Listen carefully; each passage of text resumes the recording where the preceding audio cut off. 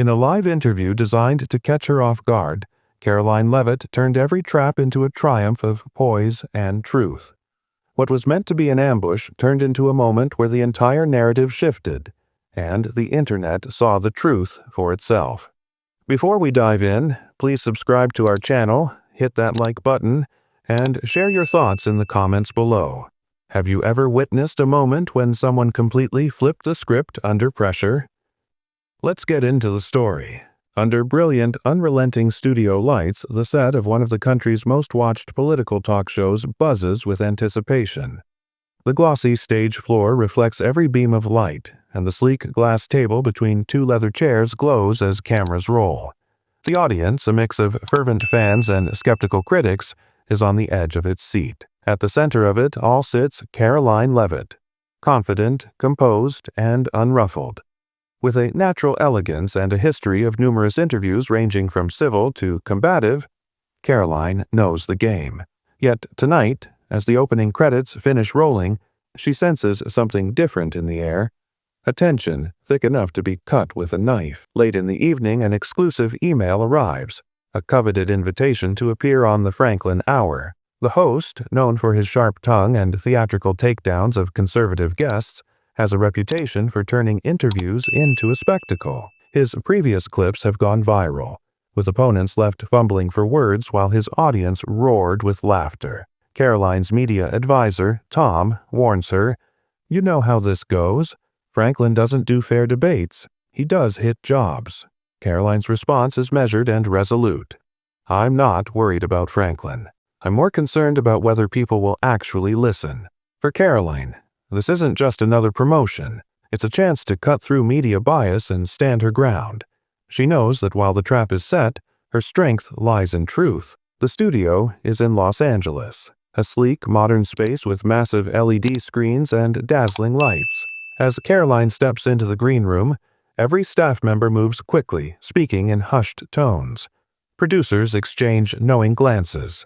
A junior producer hands her a mic pack. "You're up in 5, they say. Karoline takes a deep breath, feeling the weight of the moment. Though she has faced countless tough interviews before, she knows tonight's stakes are higher. The live audience is already hyped. The set is ready for the spectacle that the host intends to create. On stage, the energy is palpable. The host, Franklin, stands confidently at the center of the stage with a polished smile, addressing the live audience. "Welcome, everyone," he announces. "Tonight, we have a very special guest, Karoline Leavitt." The applause is immediate and enthusiastic. Karoline walks onto the stage, her demeanor calm and collected. She shakes Franklin's hand with a polite nod and takes her seat, her expression unreadable. Franklin's opening remark comes with a hint of sarcasm. "Congratulations on your new album? Another #1 debut. I suppose it's second nature by now." Karoline laughs warmly and replies, "Every album is its own challenge and experience. It never gets old." For a few minutes, the conversation follows a safe, predictable rhythm as they discuss the inspiration behind her album, the long nights in the studio, and the excitement of getting back on the road. Then, Franklin shifts gears. He sets down his cue cards deliberately and asks, "Karoline, you've built a career by staying true to your roots in country music, a genre steeped in tradition. But country music has a complicated history. Some critics say it's exclusionary. What do you say to that?" A heavy pause fills the room. Karoline tilts her head slightly, acknowledging the trap without a hint of panic. "Every genre evolves," she responds smoothly. "Country music is about storytelling, about real life and real people. If we label honest reflection on our past as outdated, then maybe it's time to redefine what modern really means." Her response shifts the tone, and the audience reacts with thoughtful murmurs and applause, while Franklin's carefully laid plan begins to unravel. Franklin, now trying to regain control, continues with a controversial pivot. "Let's talk about free speech. Critics argue that unchecked speech can lead to dangerous misinformation. Should there be limits to protect the public?" The cameras capture Karoline's steady gaze as she answers. "Freedom of speech isn't just about echoing what we agree with. It's about protecting every voice, even the challenging ones. When we impose limits based on subjective judgments, we risk silencing the very debate that drives progress. Her measured tone and clear conviction leave little room for rebuttal, and the studio falls into a reflective silence. Not satisfied, Franklin shifts to a personal challenge. But tell us, Karoline, if you've always championed transparency and accountability, do you think your own silence on certain issues might feed into the narrative you claim to oppose? A murmur runs through the audience. Karoline's expression remains calm as she responds. I speak my truth based on the information available to me. When new facts emerge, I acknowledge them. That's not silence. It's intellectual honesty. And sometimes, the best response is to let the facts speak for themselves. Her words resonate deeply, and the tension in the room seems to shift in her favor. With the conversation reaching its climax, Franklin makes one last calculated move. Let's talk about your critics, he says, flipping through a sheet of printed quotes. They claim that you, and the media that supports you, only push narratives that serve one side.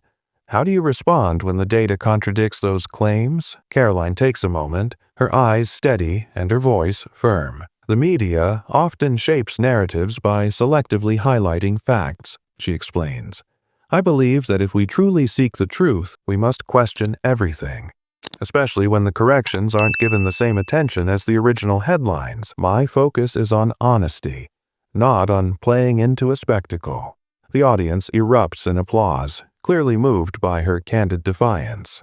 As the interview winds down, Franklin's attempts to control the discussion crumble further. With one final personal jab, he asks, if your integrity is so important, how do you reconcile it with the fact that you choose to remain out of the political fray? Karoline leans back, her tone light but resolute. I believe true progress isn't measured by political grandstanding, she says.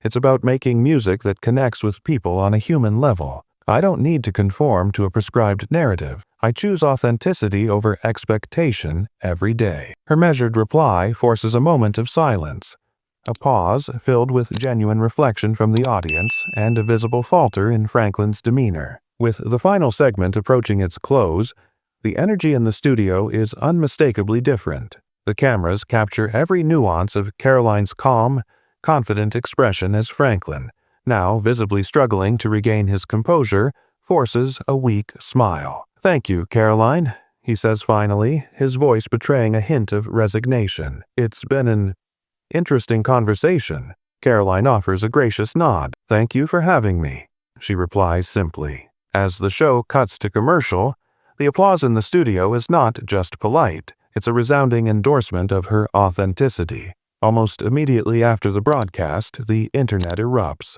Clips of the interview begin to flood social media. Headlines like Karoline Leavitt shuts down loaded questions and When Authenticity Wins, a masterclass in truth, dominate feeds. Viewers from across the nation share their admiration, with tweets praising her ability to transform a trap into a triumph. Even critics are forced to acknowledge the power of her calm defiance. The narrative shifts. What was meant to be an ambush becomes a landmark moment in media discourse. In the days that follow, discussions spread beyond talk shows and news panels. Podcasts analyze every word of the exchange. Blogs and social media threads discuss how public figures should be allowed to speak their truth without being forced into narrow narratives.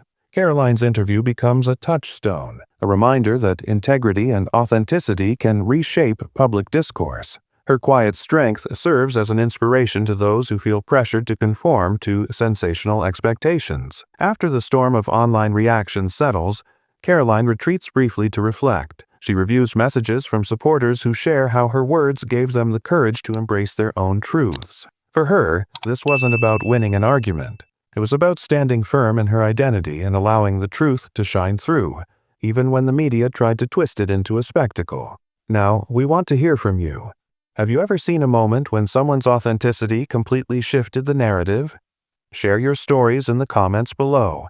Your experience might inspire someone else to embrace their truth. If you found this discussion as impactful and thought-provoking as we did, please hit that like button, subscribe to our channel for more in-depth stories on integrity and leadership, and click the notification bell so you never miss an update. Remember, true strength isn't measured by how loudly you shout. It's measured by the courage to stand by your convictions. Thank you for watching. And until next time, stay true to yourself and let your authenticity light the way.